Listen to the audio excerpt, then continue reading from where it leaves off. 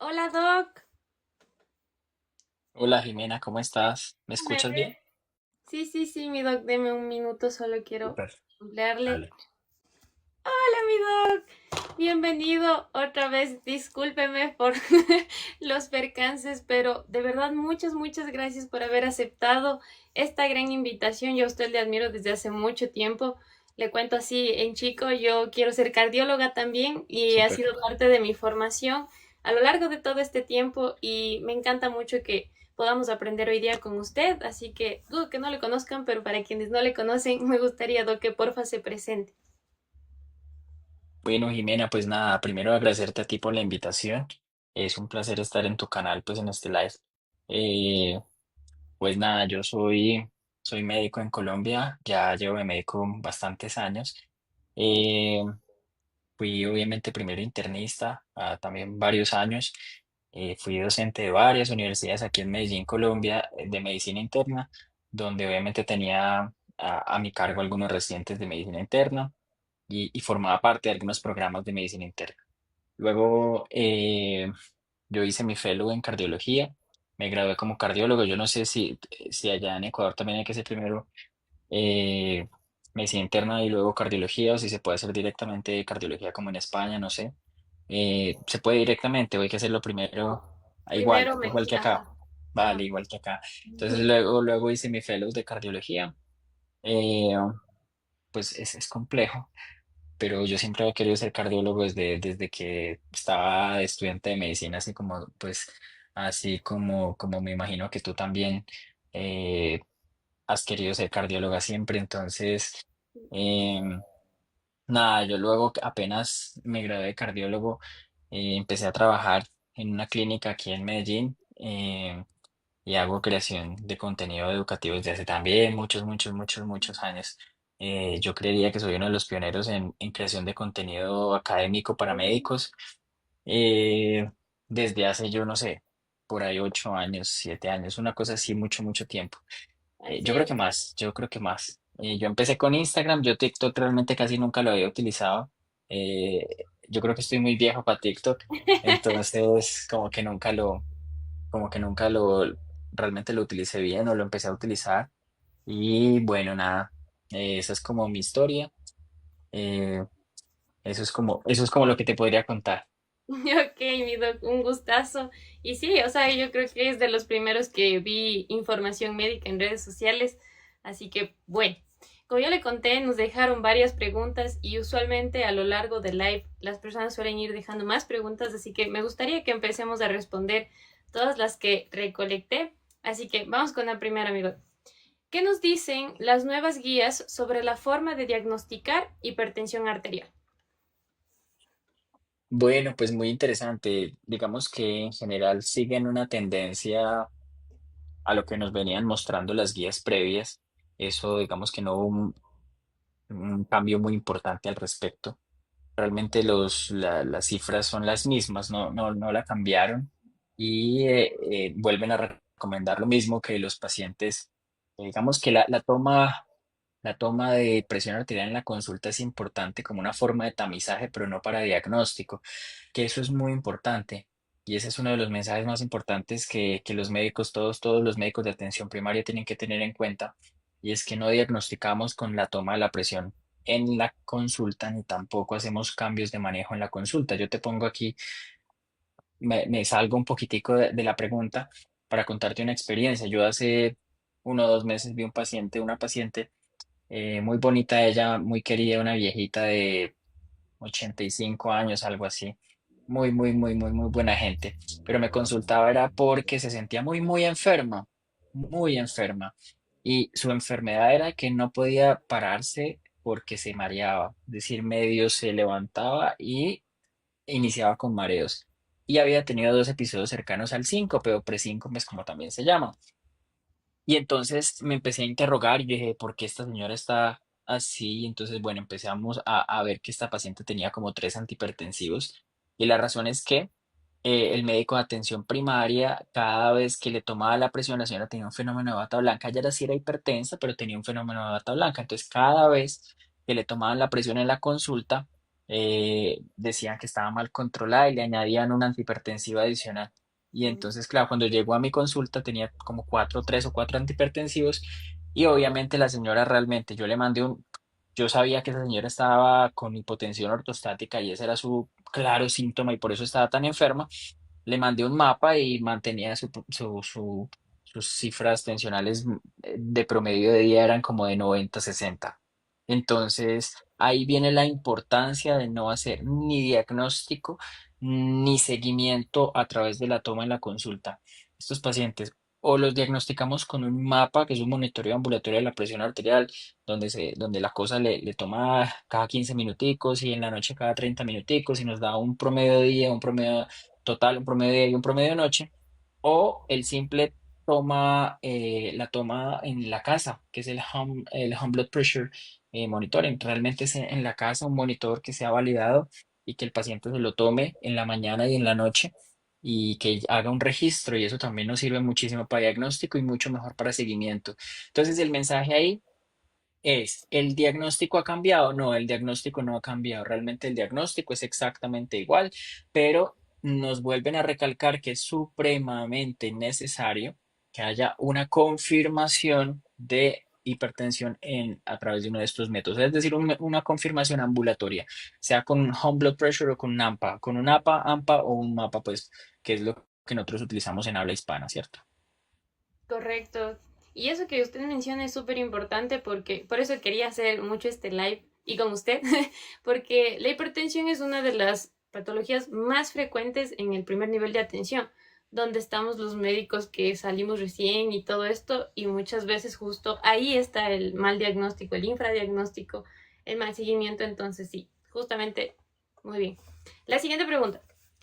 En zonas alejadas donde solo se disponen de mangos automáticos mal calibrados o el tensiómetro y estetoscopio que tengo yo, nos mencionaba esta persona, ¿cómo hago para diagnosticar hipertensión? Si entiendo que ahora ya no se recomienda que se haga de esa manera. Bien, entonces siempre hay forma de hacer un mejor diagnóstico, ¿cierto? Entonces la recomendación es que no hagan nuevamente diagnósticos en la consulta, porque puede ser tener el fenómeno de bata blanca. Los métodos recomendados son los métodos oscilométricos, es decir, que sea uno de esos aparaticos que toma automáticamente la presión, porque es más exacto que el método auscultatorio, que es el que normalmente utilizamos en la consulta. Pero eso también depende mucho de la experticia de la persona que lo tome, ¿cierto? Cuando no es una persona muy experta, posiblemente el método oscilométrico es el mejor, pero cuando es una persona que lo hace muy, muy, muy, muy precisamente, muy bien y sigue todas las recomendaciones del método auscultatorio, realmente el método auscultatorio sigue teniendo una validez importante. Pero otra cosa importante es que, primero, la toma sería de 3 días, que muchas veces, yo no sé si en tu país también lo hacen, pero en mi país, más que todo en zonas rurales, es supremamente frecuente. Yo me acuerdo que cuando yo era médico rural, esa conducta era súper frecuente, que los pacientes iban un día por 3 días a la misma hora para que la enfermera le tomara la presión y ya con eso hacíamos el diagnóstico. Eso tampoco es muy bien visto, porque si bien es mejor que una única toma, realmente sigue siendo, teniendo todos los problemas y los sesgos de una toma en la consulta, que es que básicamente el paciente siente la presión, siente estrés y el cuerpo aumenta la adrenalina y el cuerpo aumenta la presión arterial y sigue teniendo el mismo fenómeno de bata blanca y entonces vuelve a tener el mismo problema. Entonces la recomendación allí sería, primero, que lo ideal sí sería un dispositivo al menos si no está validado, al menos si esté calibrado, porque eso también es muy importante, ¿cierto? Dispositivos viejísimos, viejísimos, viejísimos, que se lo regaló la nieta hace 20 años y que apenas le ponen pilas, eso seguramente está súper descalibrado y entonces posiblemente eso no nos sirve. Pero si bien hay algunos dispositivos que no están validados en las guías europeas y en las americanas, pues porque posiblemente esas marcas sean más costosas o por X o Y razón, lo que sí podemos hacer es que por lo menos estén calibrados y que se pueda ver que realmente sea una toma más o menos precisa, ¿cierto?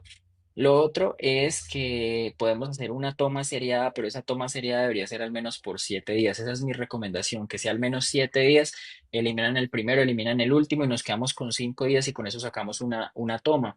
Y en esa toma debe hacerse en brazo derecho, en brazo izquierdo y al menos ojalá en dos momentos del día, uno en la mañana y otro en la tarde y con eso sacar un promedio.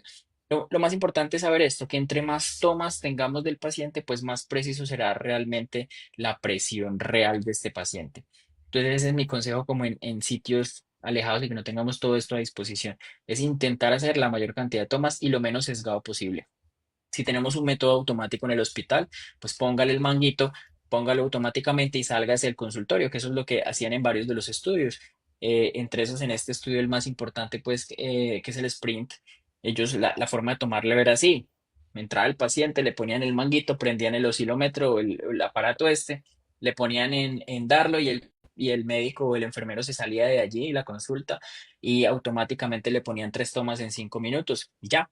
Entonces eso disminuye el riesgo de tener bata blanca. Entonces mira que uno puede tener alternativas eh, para mejorar un poco el diagnóstico. Y siempre es fundamental que le digamos a los pacientes o las recomendaciones de cómo tomar bien una presión, ¿cierto? De que el paciente debe estar en reposo, que no debe haber fumado recientemente, no debe haber tomado café, ni Red Bull, ni Monster, ni nada de eso últimamente. No debe haber hecho ejercicio en la última hora. Es decir, el paciente tiene que estar en completo reposo con un espaldar, porque eso también es frecuente que los ponen en la camilla y la camilla nunca tiene espaldar.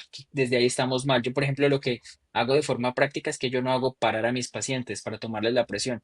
Ellos llegan, se sientan ahí al frente, ¿cómo está? No sé qué, hablamos unos 5 minuticos, le pregunto los antecedentes, mire que ya he esperado 5 minutos en reposo y luego le digo, tranquilo, que se allí que le va a tomar la presión, voy y le tomo la presión allí donde está sentado, que tiene los pies sobre el piso, o sea, que están apoyados, que tiene el espaldar atrás y que no tiene que pararse y moverse, cansarse, pacientes que están, por ejemplo, desacondicionados porque son viejitos la mayoría, entonces entran mientras se paran, caminan hasta la camilla, suben la escalerita de la camilla, se sientan, ya se perdió la toma seria, se tomó una buena toma de la presión. Entonces mira que con cositas sencillas podemos mejorar el diagnóstico. Chévere, Doc. Y yo creo que, bueno, Ecuador y Colombia tienen por ahí una historia un poco similar. Claro que no es como en Europa, en países ya un poco más desarrollados. Y justo lo que usted dice, tal cual acá, bueno, muchas veces enviaba 7 veces, por 7 días, perdón, a los pacientes y que vengan en la mañana, en la tarde, en la noche, y eso se hacía apuntes de la presión. Ahora ahí muchas veces había el problema de la cantidad excesiva de pacientes y no había justamente esto que los pacientes descansaban ni nada, sino el paciente ahí todo mal parqueado y presión y presión. Entonces sí, tal como usted comenta, es importante lo que es una buena toma. Ahora, mi doc, yo no sé si le puedo robar a usted mucho más tiempo del que ya le he robado, porque estoy viendo acá muchas preguntas y si usted aún tiene tiempo, porque acá son varias también, puedo ir tomando unas preguntitas de acá, ¿le parece? Perfecto, como a ti te Ok, parezca. ok. Bueno, hay alguien por acá que nos dice, ¿cómo se calibra un tensiómetro? Pues eso es complejo, ¿cierto? Porque primero, la parte técnica, pues no la conozco, pues no soy ingeniero biomédico ni nada de eso. Eh, pero digamos que lo importante es que los tensiómetros que son de inflar, los que tenemos en la consulta normalmente, que son manuales y con el método auscultatorio, lo básico es que la cosita esa, la lineecita esté con el cero, porque muchas veces me ha tocado ver que vemos tensiómetros y el aparatico ese, esa agujita, la agujita aparece ya desde en 10 milímetros de mercurio. Eso está mal, ¿cierto? Ahí empezamos y ya tiene más de 10 milímetros de mercurio ese paciente. Entonces está mal. Entonces eso es lo básico, ¿cierto? Ya la forma técnica, cómo calibrarlo, pues no lo sé. Tocaría llevarlo a una tienda y que lo calibren. Supongo yo, si estamos en un ambiente ambulatorio o en el hospital, pues hay gente que sabe hacerlo. Pero específicamente o técnicamente no sé cómo.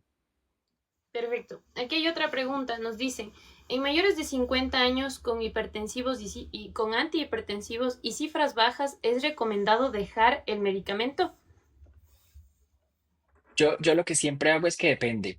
Si el paciente está sintomático, es decir, está teniendo algunos episodios de hipotensión sintomática, como la paciente que les acaba de contar, que la paciente se mareaba o el paciente se desmayó, la creatinina viene en ascenso, posiblemente son hallazgos que sugieren que el paciente hay que suspender rápidamente o al menos desmontar ese tratamiento antihipertensivo lo más rápido que se pueda. O si el paciente está completamente asintomático y simplemente tú le tomas la presión está bajita, lo que yo hago es enviarle un mapa, por ejemplo, o decirle si el paciente tiene el monitor en la casa que se haga la toma en pues en la casa durante 7 días y en 7 días que me lleve el registro. Si yo veo que las cifras están exageradamente bajas, menor de 120, yo sí le empiezo a desmontar paulatinamente. Y aquí es importante tener en cuenta un tip que siempre es bueno dar. Y es que la gente a veces suspende los betabloqueadores, la clonidina y estos medicamentos, los betabloqueadores, principalmente la clonidina, no se pueden suspender solitos así de la nada. Ah, el paciente tomaba Carbilol 25 cada 12 horas, mañana no toma nada. No, porque ese paciente puede hacer hipertensión de rebote, y el paciente puede hacer taquicardia de rebote. Si el paciente tiene enfermedad coronaria, puede descontrolarse la enfermedad coronaria, infartarse, por ejemplo. Lo mismo con la clonidina, el paciente pasa una hipertensión de rebote. Entonces, estos medicamentos hay que desmontarlos de forma paulatina y con calma. Y entonces lo que les digo yo siempre, si el paciente llega a urgencias porque está en un choque, por ejemplo, está chocado, que también puede pasar mucho, en ese momento prima el choque. Si el paciente está chocado, si usted está que le va a poner norepinefrina y no sé qué, es ilógico que usted el paciente tenga norepinefrina y losartán. El paciente tenga norepinefrina y carvedilol. Entonces, no, ahí sí se quitan de raíz. Ya, el paciente se va a morir, pues está chocado. Antihipertensivos, cero. ¿Listo? Ok, perfecto. Me voy con otras preguntitas de por acá. ¿Cuál es el mejor antihipertensivo para iniciar el tratamiento? Vale. Cualquiera, ¿sí? Cualquiera de los cuatro grandes medicamentos que están en las guías, ¿cierto? Los IECAS o ARA2, los calcioantagonistas, los diuréticos tiacídicos. eh, y me falta uno. ¿Cuáles son? IECA, ARA2, IECA, ARA2, calcioantagonistas, diuréticos tiacídicos. Bueno, están esos, IECA y ARA2, ¿cierto? Básicamente cualquiera de esos puede ser un buen candidato. Todo depende mucho de las comorbilidades de los pacientes y la disponibilidad también, porque depende de dónde estemos. Pero normalmente hay que ver siempre las comorbilidades. Les pongo un ejemplo grande. El paciente es hipertenso, pero tiene, pongámosle aquí, una fibrilación auricular con respuesta ventricular rápida. ¿Cuál va a ser, sí, o una fibrilación auricular? Eh, ¿Cuál va a ser el antihipertensivo de elección? Tienen que ser los betabloqueadores. No pueden ser ni los YECA, ni los ARA2, ni los calcioantagonistas, ni los diuréticos tiacídicos. ¿Me hago entender? Ahí en ese momento los betabloqueadores. Ah, que los betabloqueadores no son primera línea. Pero recuerden que las comorbilidades pesan mucho, que Ujú. el paciente tiene una hiperplasia prostática horrible y que el urólogo le tiene que iniciar uno de estos. Entonces, póngale, por ejemplo, doxazosina. ¿Por qué? Porque doxazosina no es primera línea, sí es verdad, no es primera línea, pero tiene una comorbilidad que de todas formas necesitamos utilizar ese medicamento, pues ayude a utilizarlo, digamos, para esas dos comorbilidades, le sirve mucho. ¿Listo? Que el paciente tiene osteoporosis, empiece con los diuréticos tiacídicos. La hidroclorotiazida adicionalmente aumenta el calcio y le puede ayudar a que el paciente pues tenga digamos que una mejoría relativa en la osteoporosis, ¿sí? Que el paciente es diabético o que el paciente está botando proteínas en la orina, tiene proteinuria, pues los IECAS y ARA2 tienen que ser el medicamento inicial. Entonces, siempre tiene que ver dependiendo del paciente. No, no, los medicamentos bases que nos dicen la guía son estos, pero usted tiene que, por eso es muy importante que las guías no son una guía, una camisa de fuerza, sino que son simplemente una orientación para médicos de atención primaria en qué es lo que los expertos recomiendan. Pero usted es un clínico, usted es un médico y usted toma la decisión dependiendo de las comorbilidades, porque los pacientes son muy distintos uno al otro. Entonces, lo que yo siempre hago es esto, miro a ver el tipo de paciente, la edad del paciente, el sexo del paciente, la raza del paciente, las comorbilidades del paciente y con eso defino. Pacientes que necesitan polipil de entrada, la gran mayoría. Tiene 50 años, le acaba de diagnosticar la presión arterial, y está muy alta. Entonces, de una vez, terapia combinada y ojalá en una sola pastilla para mejorar adherencia, ¿sí? Bueno, y básicamente eso.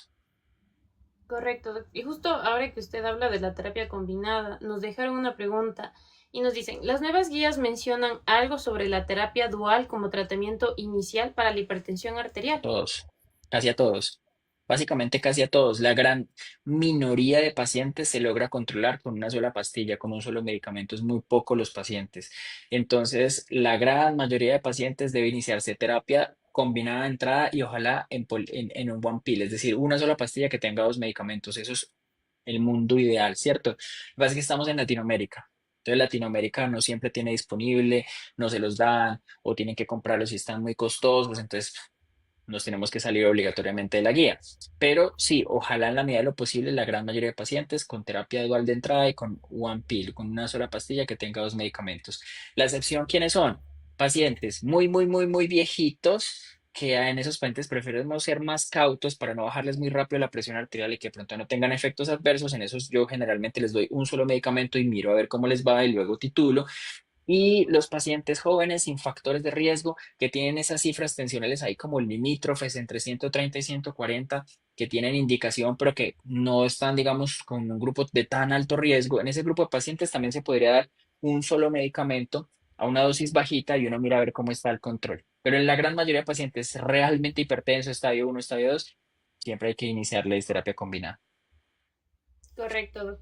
Y ahora me voy con otra preguntita de por acá. Nos dijeron, ¿cuándo es recomendable hacer exámenes de laboratorio?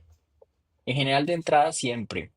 Cuando usted está viendo el diagnóstico de esos pacientes, siempre hay que hacer exámenes básicos, ¿cierto? ¿Qué es exámenes básicos? Un hemograma, saber que el paciente no tenga anemia y que pueda sospechar una hipertensión secundaria. Unos iones, fundamental, porque si el paciente, por ejemplo, tiene una hipocalemia, entonces se nos tiene que ir prendiendo la antenita, se nos tiene que ir prender el bombillo de que de pronto el paciente no tiene un hiperaldosteronismo primario, ¿sí? Si el paciente tiene una hiponatremia, está contraindicado a poner tiazidas, porque las tiazidas tienden a producir mucha hiponatremia. Entonces, miran que son paraclínicos básicos que nos ayudan mucho tanto al diagnóstico como para elegir los medicamentos. Eh, perfil lipídico, fundamental, ¿cierto? Para saber si yo a ese paciente me aumenta el riesgo cardiovascular y le tengo que iniciar estatinas, por ejemplo. Fundamental pedirle una hemoglobina glicada. Por lo mismo, el paciente diabético, por ejemplo, tiene mayor riesgo y además se puede beneficiar de IECAS y ARA2. Una microalbuminuria, mal llamada microalbuminuria, porque realmente es albuminuria del mismo tamaño, pero si el paciente tiene albuminuria, entonces posiblemente IECAS y ARA2 son una mejor alternativa. Eh, y ya también existen paraclínicos muy específicos cuando yo le quiero sospechar alguna cosa de hipertensión arterial secundaria, yo estoy sospechando alguna cosa en específico, pero estos paraclínicos básicos debería tenerlos todo el mundo. Correcto, Doc. Igual me voy con otra preguntita de acá. Me dicen, en una persona mayor de 80 años con tomas de presión entre 180 y 190 sistólica, ¿es ideal monoterapia con calcio antagonistas? Como te digo yo, habría que ver mucho el contexto grande de todo el paciente, ¿cierto? Pero si a mí me dices que un paciente tiene 180, 190 de presión sistólica, yo le inicio terapia combinada de entrada. Es muy poco probable que un solo medicamento logre controlar esas cifras tan altas. Ahora, la edad por sí misma no es indicación, como eso se ha venido cambiando el chip de las guías y en general el chip del manejo antihipertensivo. Y es que hace algunos años decíamos, los viejitos, déjelos con la presión alta. ¿Por qué? Pues porque no se benefician de bajarlas más. Pero a medida que han pasado todos los estudios del sprint para acá, ha demostrado que los viejitos también se benefician de una reducción de las cifras tensionales casi igual que los otros. Entonces, si bien pueden tener unas metas un poquitico más altas, no debería ser como se planteaba antes, de 150 por decir algo, ¿cierto? Sino que no es, digamos, no es solamente la edad, es la fragilidad, ¿vale? Es decir, que si usted tiene un paciente viejito, pero el paciente trota todos los días, hace su comida, se baña solo, se cambia solo, sale a la calle, trabaja en su oficina, en lo que sea. Este paciente hay que tratarlo como una persona común y corriente de cualquier edad. Pero si es un paciente de 85 años o de 70 años, pero el paciente está postrado en cama, está completamente dependiente, tiene una demencia avanzada, etcétera, hombre, pues ahí la presión arterial es lo menos importante en ese paciente, ¿cierto? Entonces, más que la edad hoy en día es la fragilidad. Y el segundo mensaje es que hoy en día cada vez sabemos que los pacientes viejitos también se benefician de bajar la presión arterial a los mismos niveles prácticamente que el resto de los pacientes. Ok, perfecto. Y creo que también ahí importante lo que ya nos estaba mencionando, saber en qué contexto se le está controlando esa presión. Porque si a lo mejor es reiterativamente en la consulta y con el doctor ahí, probablemente no estemos con una adecuada toma de la presión. Pero bueno, Doc, yo creo que le estoy acabando con preguntas, pero acá estamos. Me están llegando cada vez más, así que me voy por acá con otras. Me dicen, ¿cuál es la meta de presión arterial en un paciente con EPOC y antecedente de SB isquémico? Bueno, básicamente pues lo de POC no es muy relevante, digo, porque no hay una meta específica para un paciente con EPOC. Para el paciente con ACV isquémico, sí, porque hace algunos años, pues básicamente creo que el SPRINT excluyó a los pacientes que tenían antecedente de ACV, pero luego salió otro estudio que sí incluye a los pacientes con ACV y también se beneficiaron de metas estrictas de presión arterial. Entonces, hoy en día la meta es 130/80 para todos los pacientes. Eso es el mensaje clave que todo el mundo tiene que llevarse en la cabeza. Pero recuerden que uno puede individualizar según las comorbilidades, según las condiciones de cada paciente. Pero en general, 130/80 para todo el mundo. Ok, perfecto. La siguiente pregunta. ¿Realmente las nuevas guías recomiendan iniciar tratamiento antihipertensivo con presiones de 130-80 milímetros de mercurio?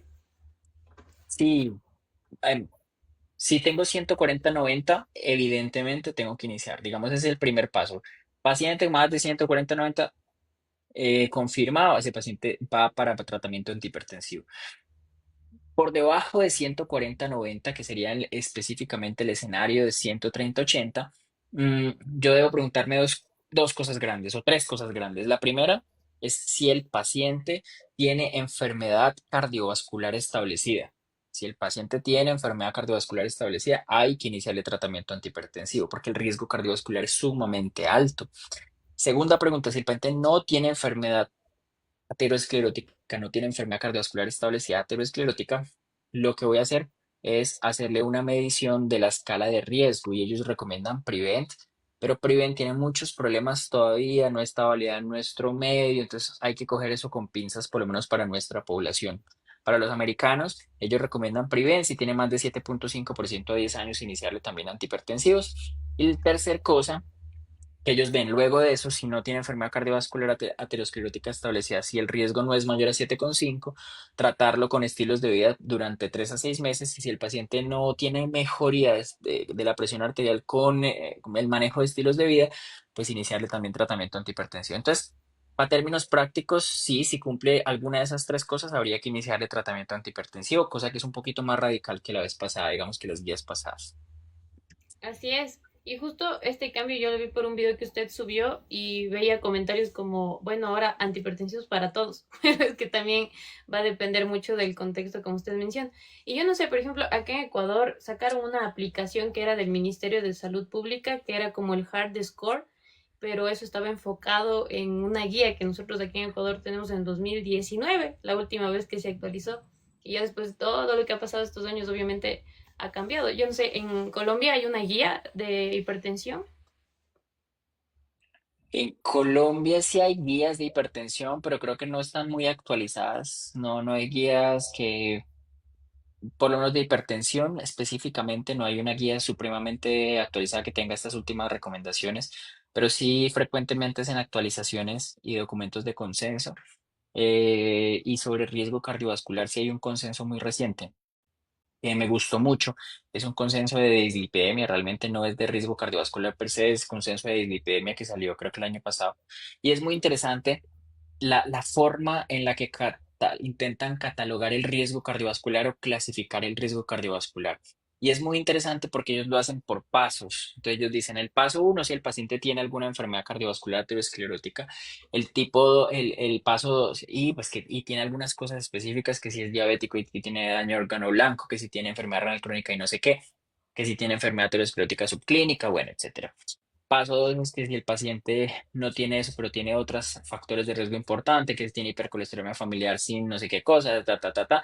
Y el paso tres es los potenciadores del riesgo, los enhancers, o que llama la guía americana, ¿cierto? El score de calcio, que tenga el coso este carotidio, la albuminuria, etcétera, etcétera, etcétera. Todas esas cosas que son potenciadores del riesgo, la lipoproteinada minúscula. Y al final, el último paso deja los scores de riesgo. Esto es interesante porque cambia un poquito el paradigma, por ejemplo, con respecto a la guía americana, en el que ellos, en el riesgo cardiovascular, lo primero luego de que el paciente no tuviera enfermedad aterosclerótica era calcular riesgo con los scores de riesgo, ¿cierto? Que ellos tenían el pool cohort equation, que son las ecuaciones conjuntas de los americanos, y con ellos clasificaban el riesgo cardiovascular con esa escala y luego de la escala utilizaban los potenciadores del riesgo en el riesgo intermedio. Y ya según eso, los tiraban para arriba, los tiraban para abajo. Pero entonces esta guía colombiana lo hizo de forma basado en pasos y es muy parecida a lo que ahorita están hablando los europeos, que digamos que todo está migrando hacia allá, hacia dejar las escalas al final y primero irnos como por las cosas que son tal vez más objetivas. Entonces, a mí me parece muy interesante, me parece que eso es lo que deberíamos hacer todos. Las escalas son importantes, pero las escalas son muy variables dependiendo del tipo de población donde las hicieron y dependiendo del tipo de población donde las validaron. Entonces, fue pucha, siempre deja un sinsabor si son aplicables o no aplicables en nuestro medio. Sí, y justamente eso, por eso le preguntaba lo de Colombia, porque uno se queda como, pero mi población no es la estadounidense y estamos con personas de zonas rurales que cero tienen que ver con, obviamente, las características que sí tienen allá. Y falta muchos estudios de acá, pero ese dato que nos dado, ¿cómo me dice que es el tema, el colombiano que sacaron Sí, sí, este? es el consenso colombiano de dislipidemias. Es gratuito, lo pueden descargar y yo creo que eso se puede aplicar en cualquier parte de Latinoamérica. Es una forma muy sencilla y lo hicieron muy bonito. Yo creo que yo alguna vez hice algún video al respecto, seguramente.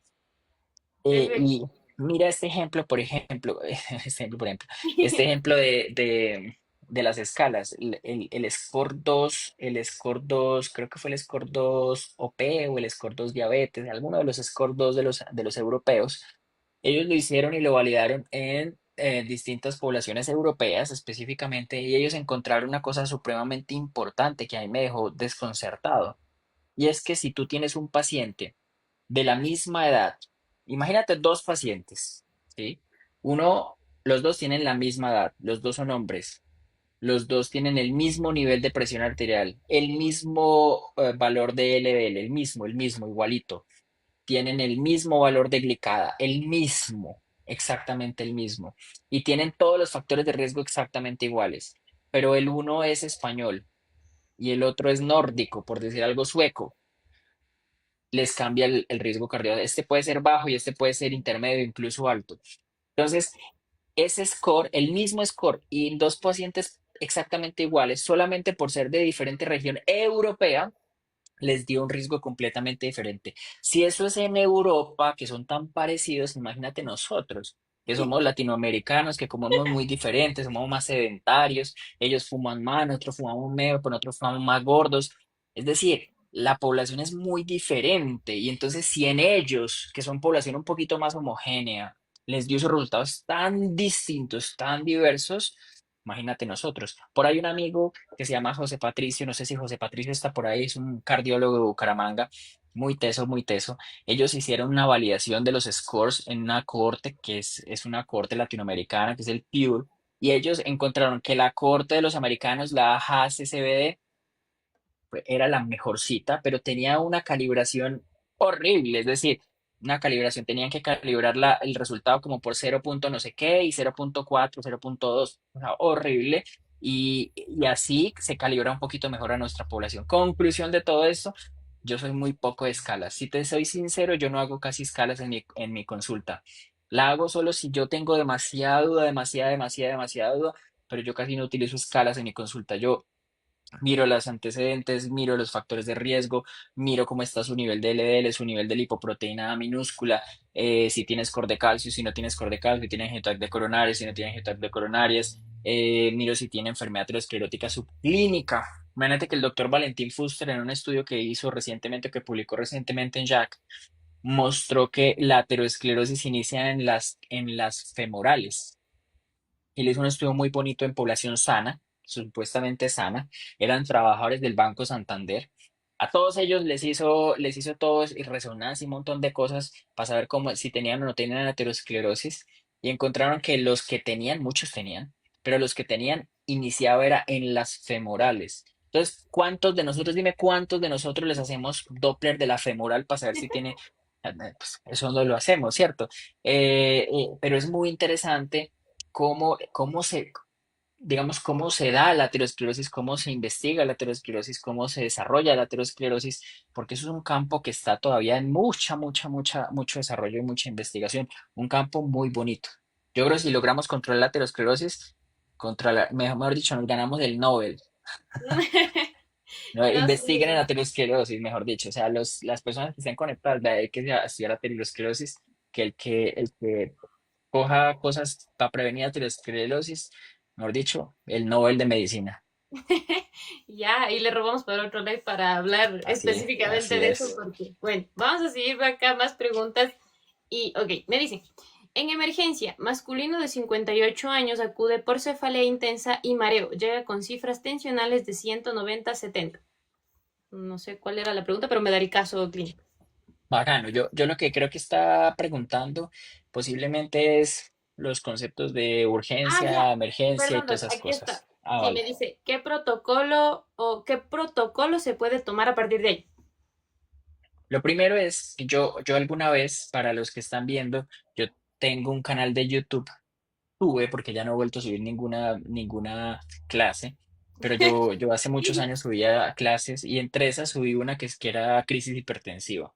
Sí, Y yo ahí me inventé una cosa que es mía, inventada, que se llama la regla del no, ¿sí? Entonces, ajá. para usted decir que debe estar tranquilo con esos pacientes, usted aplique la regla del no. ¿Qué es la regla del no? Que el paciente no tenga algún signo o síntoma que sugiera una emergencia hipertensiva, ¿cierto? Que el paciente no tenga signos de una neuropatía focal, ¿cierto? O de una focalización neurológica o difusa, que no esté ciego, que no esté convulsionando, que no esté somnoliento, que el paciente no tenga dolor en el pecho, anginoso, que el paciente no tenga dificultad para respirar, sospechar un edema pulmonar, etcétera. Es decir, que no tenga signos y síntomas de una emergencia hipertensiva. Si el paciente no tiene algún signo o síntoma de una emergencia hipertensiva, normalmente lo que debemos hacer es decirle que se repose, decirle que se calme, que haga meditación, que escuche una música relajante, no Bad Bunny o algo así, pues porque le va a estresar más,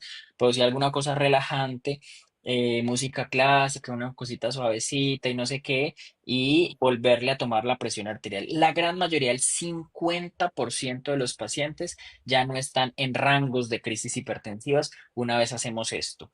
Entonces es fundamental saber que a estos pacientes, si no tienen ningún signo ni síntoma de una emergencia hipertensiva, no deberíamos darle medicamentos para bajar agudamente la presión arterial, sino lo que deberíamos hacer es, si el paciente está viniendo mal controlado, que es la gran mayoría de pacientes, ajustarle su tratamiento y mandarlo para la casa o simplemente mandarle un control ambulatorio con un mapa, con un AMPA, con lo que sea, y luego volverlo a ver en 72 horas, en una semana, a ver cómo va. Hacerle un seguimiento y ajustarle su tratamiento antihipertensivo. Pero es una conducta muy frecuente, que a pesar de que todos decimos que no, se debería hacer, no sé qué, todavía mucha gente lo hace, que le toma la presión 180/100, uy, jue madre, no, este man se va a morir, y le ponen un captopril sublingual, nifedipino sublingual, clonidina sublingual, y se empeliculan y no sé qué. Eso ya sabemos que puede ser incluso perjudicial, producir más lesión renal aguda, producir infartos secundarios a cambios abruptos de la presión arterial, etcétera. Entonces, lo que debemos hacer es una muy buena evaluación clínica. Si el paciente no tiene emergencia hipertensiva, dejarlo tranquilo, volverle a relajarlo, que no se va a morir de eso. Y aquí un tip también que es muy importante. No sé si la gran mayoría sabía, no sé, pero casi que la hipertensión no produce cefalea. Es muy raro que produzca cefalea. Realmente se ha mostrado que la gran mayoría de pacientes que tienen dolor de cabeza, que tienen cefalea asociada a hipertensión, es que tienen una cefalea primaria, una cefalea tensional o una migraña, y que el dolor hace, que como por ejemplo la migraña duele tan duro, que el dolor hace que le suba la presión. O sea, que es al revés. No es la presión lo que les sube el dolor de cabeza, lo que les da dolor de cabeza, sino que es la migraña o el dolor de cabeza lo que les produce hipertensión. Y si usted estresa al paciente y le dice, ay, jue madre, está altísimo, se le sube más y entonces ese paciente lo dejan hospitalizado sin necesidad, lo que tiene una migraña, una cefalea tensional. Entonces aquí eso es importante hacer una muy buena evaluación clínica y no empelicularse tanto con esas cifras un poco más altas. Y justamente todo esto que usted dice, Doc, yo, por ejemplo, soy súper joven, me veo súper joven, pero yo trabajo en una institución oncológica y muchas veces los pacientes, de hecho estoy en el servicio de emergencia, Los pacientes evidentemente están yendo a su consulta oncológica a recibir diagnósticos de cáncer y todo eso influye mucho, eso tiene mucho que ver. Y en la consulta las personas que están tomando los signos vitales son auxiliares de enfermería y ellos nos envían a los pacientes así, pero es como Bob Esponja en llamas que está con 180, 60 a la presión, pero ese 180 es como, no, es de una emergencia y muchas veces, vuelvo y repito, como uno es joven, piensan que es como, no, es que usted no sabe, tiene que ponerle bajo la lengua y que no sé qué. Y por eso he creado estos espacios también, porque uno tiene que aprender a defender el conocimiento y a decir, no, perdóname, pero yo soy el médico y así, así, tal cual se hacen las cosas. Y eso es muchas veces difícil, porque hablar con evidencia, hablar de actualidad, hablar de actualización, cuando hay personas que ya trabajan años y años en un servicio, es súper complicado. Así que voy a cortar este espacio publicitario para que esté ese video en mi perfil con su rostro. No, y totalmente.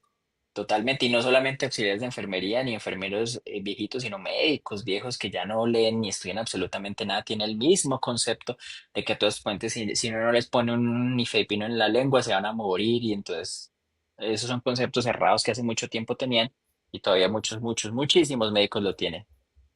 Así es. Pero bueno, Doc, me voy con otra pregunta interesante que veo por acá. ¿A todos los pacientes con alto riesgo cardiovascular les mandamos estatinas o se manda ácido acetil salicílico? Muy bien. Pacientes de alto riesgo cardiovascular, la gran mayoría tiene que estar con estatinas, la gran mayoría, ¿cierto? En general hay cuatro indicaciones grandes de utilizar estatinas y son uno, los pacientes que ya tienen enfermedad cardiovascular aterosclerótica. O sea, si el paciente ya le dio una ACV, si el paciente ya le dio un infarto, si tiene síndrome coronario crónico, si el paciente tiene enfermedad carotidia. Estos pacientes siempre tienen enfermedad arterial periférica. Entonces, siempre necesitan estar con estatinas. Siempre. No importa el nivel de LDL, siempre necesitan estar con estatinas. Segundo grupo, los pacientes diabéticos. La mayoría de pacientes diabéticos debe estar con estatina. Primero porque en general es muy raro el paciente diabético que sea de bajo riesgo. El más bajo riesgo que puede existir en diabéticos es el moderado realmente. Entonces, diabético siempre tiene que estar con estatinas, básicamente. El tercer grupo, son los pacientes que tienen un alto riesgo cardiovascular por todo ese montón de escalas que hemos hablado, ¿cierto? Por toda la evaluación multidisciplinar, si es de alto riesgo, siempre tiene que estar con estatinas. Y el cuarto grupo es el paciente que tiene un LDL por encima de 190. ¿Por qué? Porque posiblemente es un paciente que tenga una hipercolesterolemia familiar y la hipercolesterolemia familiar es de alto riesgo cardiovascular. Entonces siempre tiene que estar con estatinas. Esos son los cuatro grupos grandes donde la gran mayoría de pacientes, donde el 100% de los pacientes debe estar con estatinas. Ahora, la aspirina en prevención primaria es sumamente discutido, es sumamente controvertido. En prevención secundaria es claro que los pacientes deben estar con aspirina, pero en prevención primaria digamos que la tendencia es a no usar aspirina, es a no usar aspirina. La razón es porque la gran mayoría sí puede reducir un poquitín el riesgo cardiovascular, pero cuando uno tiene una escala o una balanza entre riesgo-beneficio, posiblemente más es el riesgo de sangrar que el potencial beneficio. Entonces, para manos no expertas, es mejor no utilizar aspirina en prevención primaria. Para manos expertas, por ejemplo, yo a algunos pacientes en prevención primaria los tengo con aspirina, pero no es a la gran mayoría. Para términos prácticos y para la globalidad y para médicos de atención primaria, el mensaje es no utilizar aspirina en prevención primaria. Correcto. Me voy con otra preguntita de por acá. ¿En qué consiste el Holter? ¿Eso permite hacer un diagnóstico de hipertensión o para qué sirve? El Holter básicamente es un monitoreo del ritmo cardíaco, ¿cierto? Es un monitoreo electrocardiográfico, donde se ve básicamente si tiene o no tiene arritmias, bloqueos, cuál es su frecuencia cardíaca máxima, la mínima, si tiene extrasístoles, etcétera. Eso es lo que comúnmente conocemos como Holter. Sin embargo, también en el sistema puede aparecer como Holter de presión, que es un mapa, monitoreo ambulatorio de la presión arterial, que se ya es la toma continua, pues de la presión no continua, sino cada pues 15 o 30 minutos de la presión arterial. Ese sería más un mapa, pero que en algunos lados también se conoce como Holter de presión arterial. Correcto. Otra pregunta de por acá. Buenas noches. Nitroglicerina versus nitroprusiato. ¿Cuál es mejor y cuál es la indicación de cada uno? Pues depende, ¿cierto? Depende de la indicación. En general, cuando hablamos de... ah, es muy importante que la gran mayoría no necesitan nitratos para bajar la presión, la gran mayoría de pacientes, ¿cierto? Cuando utilizamos nitratos, principalmente en síndrome coronario agudo y edema pulmonar, cardiogénico o no cardiogénico. Entonces, en síndrome coronario agudo generalmente utilizamos más nitroglicerina y en edema pulmonar por crisis hipertensiva utilizamos más nitroprusiato. Lo mismo a veces cuando queremos bajar muy rápidamente la presión arterial en sistema nervioso central, podemos utilizar también algún nitrato, aunque la gran mayoría de veces utilizamos es la betalol, porque los pacientes, por ejemplo, con disección aórtica necesitan siempre tener un beta bloqueador también. Entonces, depende mucho del escenario clínico, pero en general nitroglicerina para el síndrome coronario agudo y para edema pulmonar nitroprusiato, pero realmente se pueden intercalar también. Ok, perfecto. Otra preguntita. ¿Los antihipertensivos se mantienen de por vida? Mm, Sí, en general sí, la gran mayoría, pero uno sí puede hacer desmontes de presión arterial. Muchas veces pasa que, o primero, si tienen hipertensión arterial secundaria y se soluciona la causa, se puede suspender el antihipertensivo. Si el paciente tenía una hiperaldosteronismo primario, se trata el hiperaldosteronismo primario, pues se puede solucionar, se puede quitar. Si el paciente tiene una coartación de aorta, se soluciona la coartación de aorta, se puede quitar el antihipertensivo. Si el paciente tiene un SAO, si el paciente baja de peso, y tiene un CPAP y se controla la presión, se puede quitar el antihipertensión. Entonces depende mucho. Pero por ejemplo, en los pacientes con hipertensión arterial primaria, que muchos de esos están asociados mucho a obesidad, eh, cuando el paciente hace un buenos estilos de vida, baja mucho, mucho, mucho, mucho de peso, el paciente muchas veces se logra quitar y suspender los antihipertensivos. Pero para la gran mayoría de pacientes sí se debe continuar indefinidamente. Correcto. Y aquí hay otra pregunta que me parece muy de nuestro mundo y nuestro ambiente, porque eso pasa mucho. Por falta de disponibilidad en salud pública, ¿qué tan recomendable es pasar de los sartán a enalapril? Básicamente, a ver, los IECAS o los ARA2, ambos son buenos medicamentos, ambos son protectores cardiovasculares y renales. em, Son medicamentos intercambiables, es decir, si yo estoy utilizando enalapril, no hay enalapril, lo puedo pasar tranquilamente a los sartán, pero raras ocasiones ocurre al respecto de quitar los sartán para poner enalapril, a no ser de que no se tenga, pues, de que realmente el paciente no pueda conseguir los sartán, pero son intercambiables. Lo único es cuando el paciente hace un angioedema o tos con los IECAS, como el enalapril, pues ahí sí es mejor utilizar los arados, pero en general son medicamentos buenos ambos intercambiables, cualquiera los podemos intercambiar. Claro, es que sí pasaba muchas veces aquí en Ecuador, por ejemplo, para un centro de salud, un mes mandaban los sartán y al otro mes ya no mandaban los sartán, Ya. mandaban el enalapril y el Bueno, paciente. digamos que eso no es tan recomendado, ¿cierto? Estar como en esos cambios así. Si uno lo hace un cambio una vez está bien, pero que un día tomo los sartán, otro día en el april, 2 días con el april. No, no, ojalá tenga alguno fijo, cualquiera, pero fijo. Así es. Bueno, la siguiente pregunta. Buenas noches, Doc. Y cuando empezamos con terapia dual, ¿cómo empezamos? No, en general hay muchas combinaciones, muchísimas combinaciones en el mercado de One Pills, de una sola pastilla que tenga los dos medicamentos, sería lo ideal. Pero si lo vas a hacer por separado, en general yo lo que utilizo es siempre o un IECA y un ARA2 más una tiacida, o un IECA, un ARA2 más un calcio antagonista. Entonces, por decir algo, los sartán y amlodipino, ¿sí? O los sartán e hidroclorotiazida, si quiero utilizar clortalidona, indapamida, lo que sea, o candesartán, o irbesartán, o valsartán, eh, por ejemplo, o el mesartán. Digamos, entre los arados, si les digo más mi elección, yo prefiero utilizar en lugar de los sartán o el mesartán, que es supremamente potente, además solamente sea una vez al día, lo mismo candesartán, sea una sola vez al día, eso es un beneficio grande, lo mismo irbesartán, que eso también es muy importante que lo sepan, que no se necesita estarlos dando 2 veces al día, ¿sí? No necesita candesartán 8 cada 12, no, eso está, pues no es necesario, ¿cierto? Con una sola vez al día es suficiente y se le mejora la adherencia al paciente. Eh, lo mismo el amlodipino. Por ejemplo, el amlodipino 5 cada 12 no es necesario. Con 10 miligramos en la noche o 10 miligramos una sola vez al día es suficiente. Los sartán sí es la excepción, que los sartán básicamente sí requiere que utilicemos cada 12 horas. Si bien se podría en algunos escenarios utilizar una vez al día, la idea sí es recomendado partirlo, pero el resto de los arados los podemos utilizar tranquilamente una vez al día. Correcto. Acá nos dejan otra pregunta. ¿Uso de beta bloqueantes en EPOC o asma?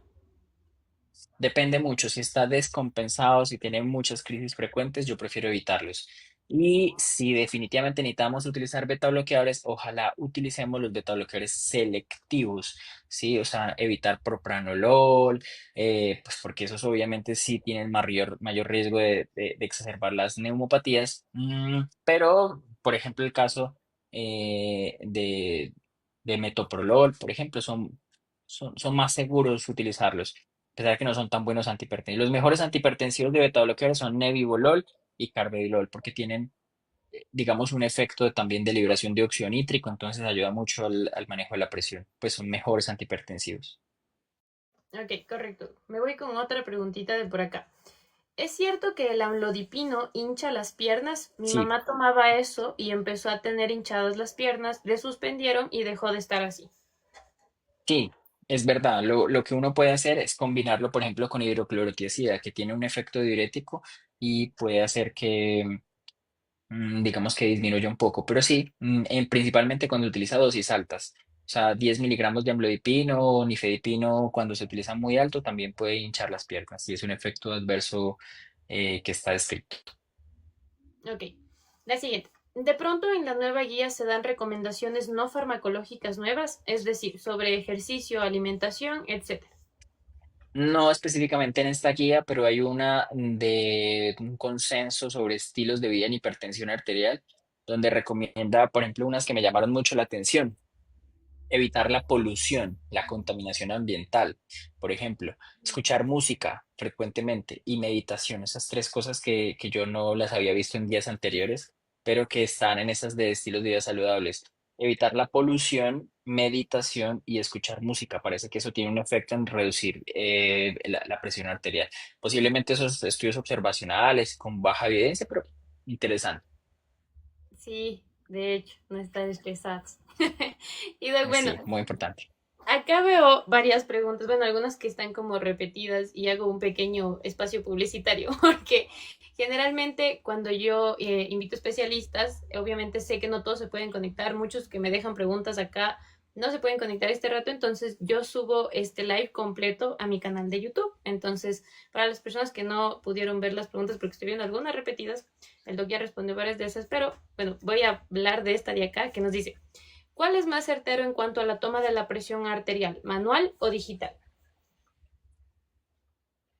En general digital, porque ese es por método de oscilométrico en el cual supuestamente son más precisos, pero también me ha pasado que a veces no se logra tomar la presión bien por el oscilométrico, eso siempre le da, o sea, uno lo pone y a veces la persona tiene el brazo muy grueso y entonces no le coge muy bien, o a veces la presión está muy alta y entonces eso repite y lo da mal. Entonces, a veces cuando hay tanta inconsistencia, yo lo tomo manual y pues evidentemente manual es más preciso en esos escenarios. Pero la guía nos dice que comparar el método auscultatorio, que es el manual que se refieren, versus el oscilométrico, es mejor el oscilométrico. Ok, perfecto. Y aquí hay otra pregunta igual interesante. ¿Utilidad de omega 3 para disminuir el riesgo cardiovascular? Cero, no sirve. Siguiente. La Sí, y siguiente. además puede generar fibrilación auricular. Entonces no es tan seguro como uno piensa. O sea, eso es natural, no sé qué. Puede generar fibrilación auricular, no tiene nada de evidencia, no baja los triglicéridos. Lo único que se recomienda es el EPA, que es el extracto, específicamente el aceite del el EPA, icosapento de etilo se llama, icosapento de etilo, que ese sí se demostró que, a pesar de que tiene unos sesgos epidemiológicos grandes, porque pues, la comparación del placebo no fue realmente placebo, sino que fue aceite mineral. Entonces parecía que antes empeoraba a los pacientes del grupo de placebo. Pero si me preguntan de ácidos omega 3 solamente el EPA, icosapento etilo, y no me acuerdo la dosis, creo que son 2 gramos cada 2 horas, es el único que tiene evidencia, pero omega 3 no nos sirve y aumenta el riesgo de arritmias, o sea, fibrilación auricular. Perfecto. Y yo sé que estamos hablando aquí de hipertensión, pero veo otras preguntas sobre colesterol y todo. Y aprovechando que le tengo aquí, voy a dar esta pregunta que alguien nos deja. Supongo que es una paciente, pero nos dice, hola doc, consulta. ¿Es verdad que no es bueno tomar los remedios para el colesterol? No, sí hay que tomar. Debe tomarlos, evidentemente. Depende, obviamente, cuál sea el motivo de indicación, pero si los tiene indicados, seguramente va a ser mejor tomarlos que no tomarlos, si no quiere estar infartada en unos 10 años. Correcto. Y me voy con otra preguntita de acá. Tengo un paciente en tratamiento con enalapril, 5 miligramos en la mañana y amlodipino 5 miligramos en la noche.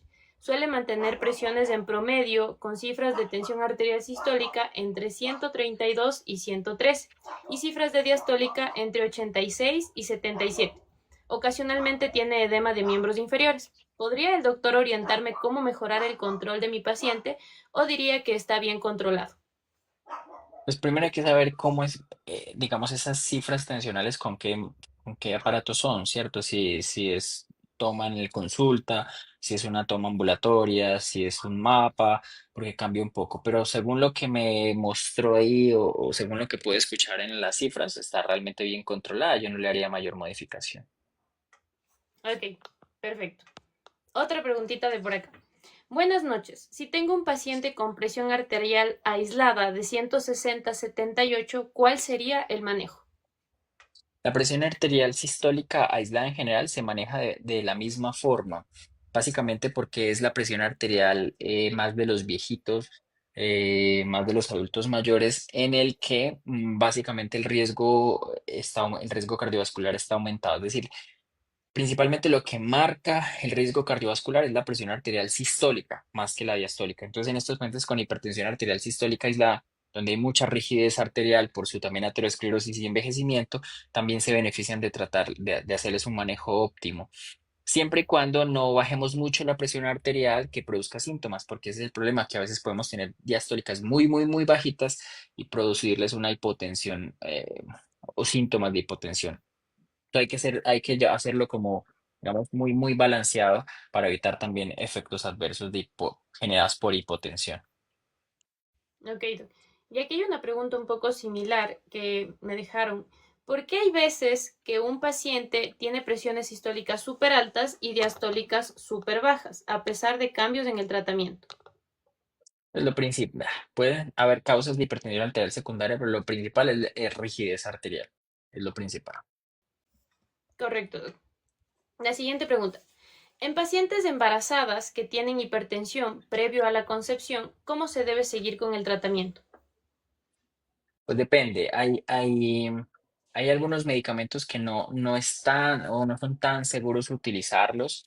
Eh, Pero eso va a depender, eso hay que individualizar mucho y en general eso es más tratamiento por parte de los ginecólogos que parte de nosotros. Entonces, yo se lo dejaría más a ginecología ese escenario. Ok, perfecto.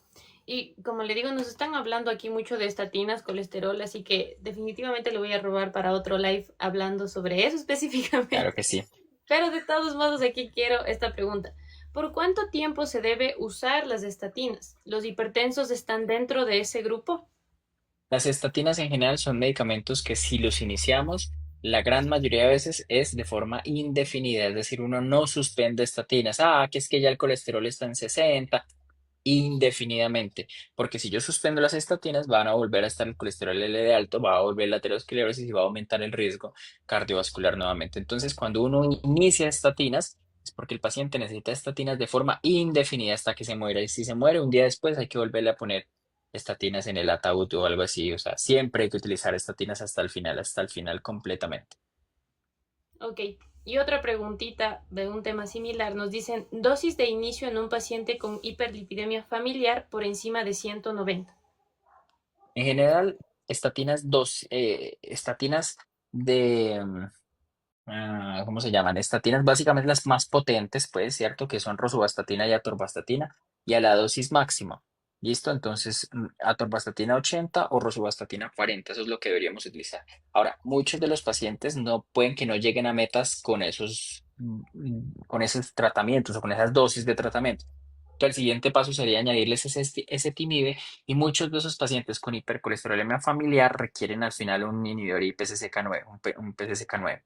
Entonces, Aliro o Evolocumab, cualquiera de los dos, posiblemente iban a llegar a metas. Pero entonces, digamos que el mensaje es Atorva 80 o Rosu 40, que son de las potentes, las estatinas potentes. Ok, otra preguntita. Irbesartán en manejo de diastólica de difícil control. Pues no es que tenga algún estudio específicamente en diastólica.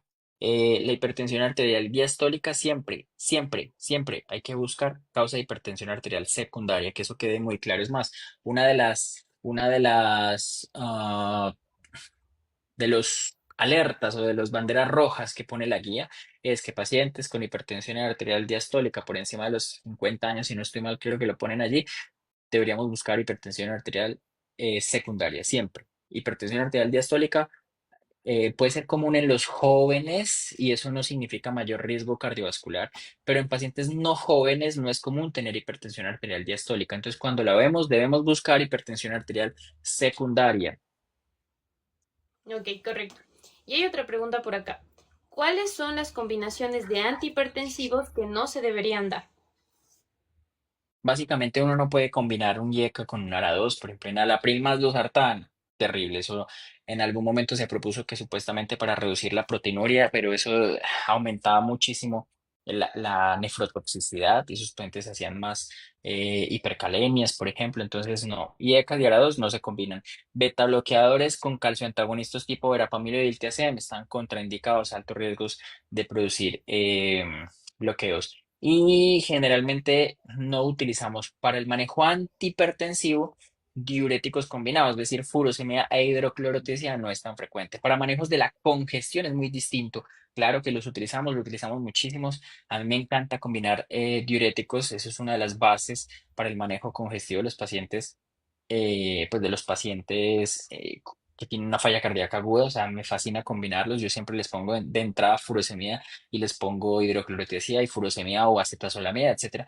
Pero para el manejo de la hipertensión, tener furosemida y tener hidroclorotiazida generalmente no es lo ideal, ¿cierto? Generalmente eh, diferente con espironolactona, que espironolactona sí es muchas veces el cuarto medicamento en hipertensión arterial resistente y ahí sí cambia la cosa porque sí podemos utilizar hidroclorotiazida y espironolactona, pero son las combinaciones grandes que no deberíamos utilizar. Correcto, Doc. Y otra preguntita de por acá. ¿Qué cambios serían esperables ver en un electrocardiograma en un paciente con hipertensión de varios años de evolución? Principalmente hipertrofia, o sea, principalmente aumento de los voltajes. A veces podemos tener también algunas T invertidas que sugieran sobrecarga y muchas veces podemos tener dilatación de la aurícula izquierda. Estos son como los hallazgos principales. Ok, O puede no tener nada, ¿cierto? Podemos no tener un electro completamente normal y aún así el paciente tener hipertrofia del ventrículo izquierdo. Entonces, eso no, digamos que el electro es muy mala, tiene muy mala sensibilidad para detectar una hipertrofia por hipertensión. ok, perfecto. Y otra preguntita por acá nos dicen, Doc, ¿qué opina que ante una emergencia hipertensiva se dé lisinopril 10 miligramos de STAT a una paciente con enfermedad renal crónica? Digamos que no es el manejo para una emergencia hipertensiva, no es el manejo ideal, ¿cierto? Si yo tengo una emergencia hipertensiva, tengo que saber qué emergencia hipertensiva tengo, porque emergencia hipertensiva puede haber mucho, ¿cierto? Puedo tener una disección aórtica, es diferente, puede ser un infarto, es diferente, puedo tener un ACV isquémico, un ACV hemorrágico, perdón, es diferente. Entonces, depende del tipo de emergencia hipertensiva. Correcto. Y aquí nos dejan una pregunta sobre el monitoreo domiciliario. ¿En qué cifras son óptimos para decir que tenemos un buen control? En general, yo siempre les digo que se aprendan a mis estudiantes la cifra de 130-80, ¿sí? 130-80 es el promedio día y que le suban 10 milímetros de mercurio y que le bajen 5 milímetros de mercurio. Entonces, 130-80 al promedio, 125-75 en la noche y 140-80 en el día, en promedio día. Ya generalmente por debajo de eso está bien controlado. Ok, y por aquí me he saltado una preguntita. Nos dicen, ¿a qué se refiere con mapa? ¿Cómo lo hago en mis pacientes en la consulta? Nada, solicitar el monitoreo ambulatorio que se lo tienen que poner de 24 horas, es el aparatico, va ahí conectado como con un radiecito y eso le va tomando la presión arterial y luego se lo quitan y ya, 24 horas. Correcto. Ok, voy a seguir dándole preguntas porque ya mismo se acaba el tiempo, yo no quiero seguirle robando, usted ya se va a quedar sin voz. Pero aprovechando, tengo otra preguntita por acá. Nos decía, si un paciente acude a un servicio reiterativamente con presiones de 140-80, 150-80, 170-60, ¿ya se podría hacer el diagnóstico e iniciar tratamiento? Pues en general, como digo, siempre, siempre, siempre, siempre tomas ambulatorias. Si no son ambulatorias, hay que intentar hacérselas porque no es lo ideal hacerle con tomas en la consulta. Ok. Y esta pregunta de acá que nos dejaron me parece súper interesante porque esto del riesgo cardiovascular es algo que muchas veces no se habla, pero que influye mucho en el momento de iniciar, de seguir y todo el tratamiento en pacientes con hipertensión. Y nos dijeron, leía sobre el riesgo cardiovascular como factor importante al momento de iniciar el tratamiento de hipertensión. ¿Podría el doctor explicarnos un poco al respecto y cómo aplicarlo a nuestros pacientes? Em, Me perdí, ¿me puedes repetir cuál es la pregunta? Ok. Yo estoy, Leí sobre el riesgo cardiovascular como factor importante al momento de iniciar el tratamiento de hipertensión. ¿Podría el doctor ya, ya. explicarnos un poco al respecto y cómo aplicarlo a nuestros Bueno, pacientes? básicamente es lo que yo les decía al principio en lo del algoritmo, ¿cierto? Simplemente si un paciente tiene mayor riesgo cardiovascular, pues, evidentemente el paciente se va a beneficiar más de iniciar tratamiento antihipertensivo a cifras tensionales un poquitín más bajas. Entonces, si ellos que los americanos que nos dicen lo que yo les había dicho, el Prevent, la escala Prevent, más de 7,5 por ciento a 10 años y eso es el puntaje que ellos cogen, pero eso no es tan aplicado en nuestro medio, entonces hay que utilizar lo que tengamos en nuestros países. Nosotros tenemos la guía por pasos del riesgo cardiovascular, ¿cierto? Y con eso tomamos decisiones. Correcto. Y hay otra pregunta por acá interesante que dice, ¿las estatinas a dosis altas no nos darán rabdomiólisis? ¿Me podría aclarar ese tema? Gracias. La rhabdomiólisis es una cosa sumamente rara en estatinas. Cada vez se ha demostrado que la miopatía inducida por estatinas, si bien sí existe, es mucho más rara que lo que se veía en los estudios observacionales, porque en los RCT se mostró que era sumamente bajita.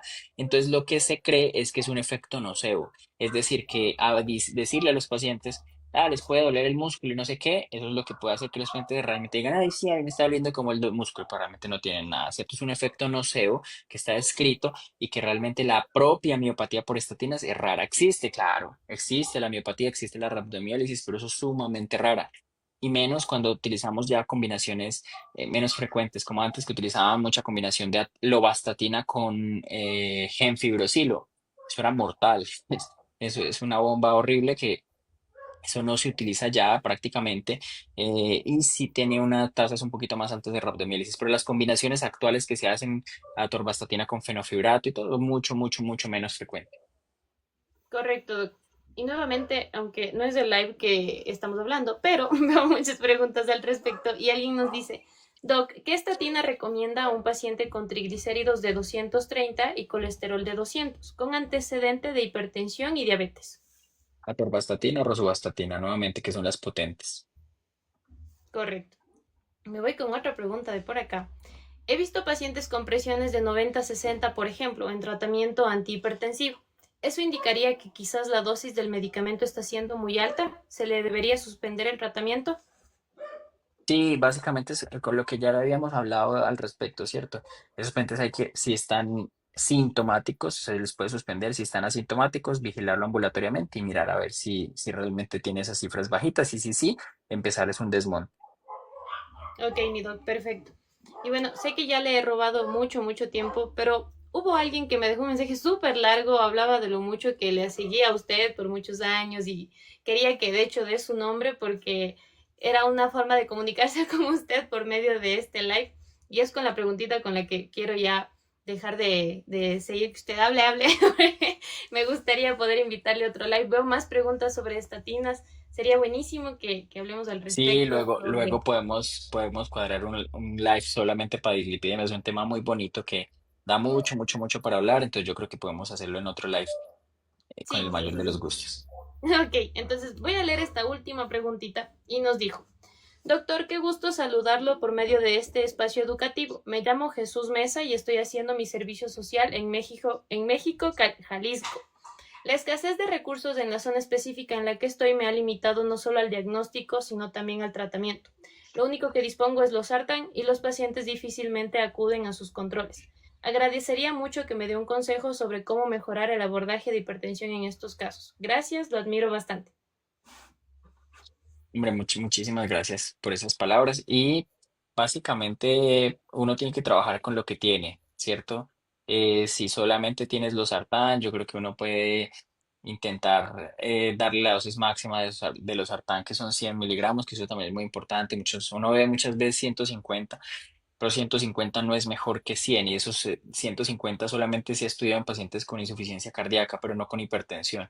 Entonces hasta 100 miligramos, y hay otros medicamentos que son sumamente baratos y posiblemente disponibles como hidroclorotiazida, como amlodipino, son medicamentos realmente baratos y que muy posiblemente estén disponibles, y trabajar con eso, ¿cierto?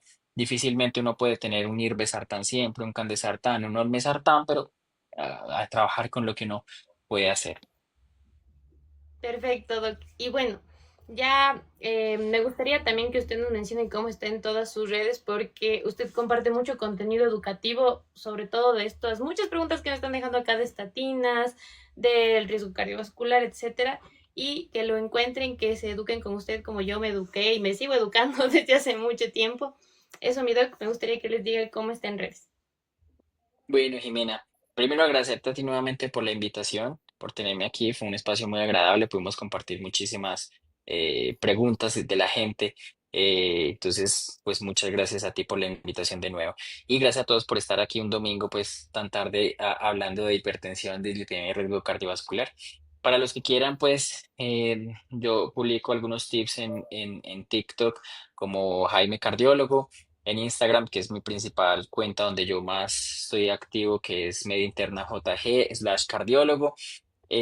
También tengo YouTube, pero YouTube casi no, ya no lo tengo un poquito abandonadito. En Instagram les recomiendo a los que estén preparándose para examen de residencia, en que pues tenemos básicamente también una página que se llama Recifocus, en donde todos los días se comparten casos clínicos supremamente interesantes y se da como un abordaje a través de videos. Entonces les recomiendo, se llama Recifocus. Y y en Twitter, es que tengo como todas las redes del mundo. Entonces en Twitter, que antes era Twitter, ahora se llama X. Estoy como JaGómez/RMD, un poquito más compleja, pero de todas formas me pueden buscar como Jaime Gómez posiblemente. Y nada, muchísimas gracias de nuevo a ti por la invitación. Un gran saludo a todos ustedes que están acá, y pues espero que podamos volver a compartir otro momento. Así es, mi Doc, muchas gracias. Y bueno, quiero que le den aplausitos en forma de me gustas. Y eso, mi Doc, muchas gracias de nuevo. Y definitivamente lo voy a robar para otro live, así que ustedes espérenme ahí en otro mensajito. Pero gracias, mi Doc, cuídese bastante y nos vemos pronto. Claro que sí, Jimena. Chao, y que estés muy bien. Chao, chao.